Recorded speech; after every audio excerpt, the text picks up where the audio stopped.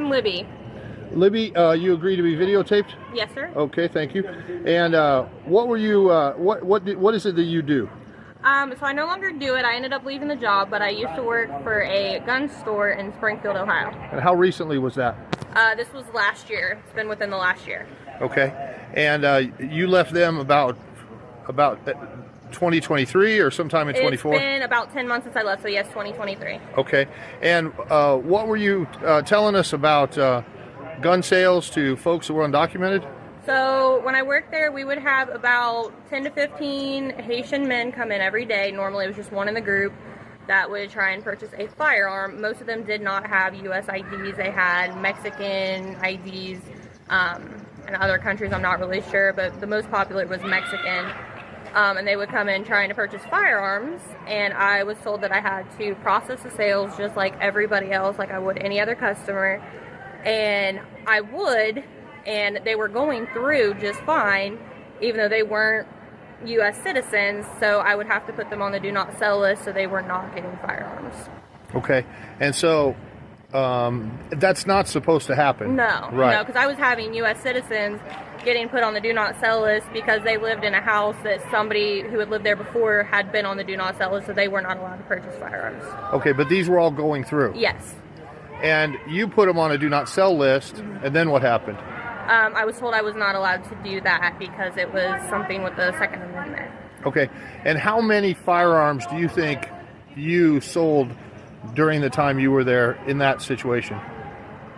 Probably 40. Okay. And usually groups of people, but one of them would try to get a gun? Yes. Okay. And anything else you want to share, or things that you noticed when you were there that... Just that there would be large groups. I had one incident. This gentleman came in, and he did have a state ID. That was the only one that I had that had an Ohio-issued state ID. It did not have his current address on it, and this was my first issue that I've ever had with them. It was the first customer that I had that was Haitian. And I asked him, you know, is this your current address on the license? Because that's something we have to ask everybody.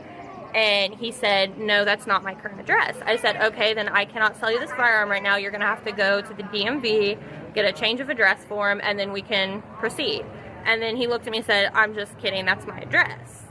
And I told him, well, you already told me you don't live there, so I can't proceed with this transaction. And I got cussed out. He tried to physically take the gun out of my hands.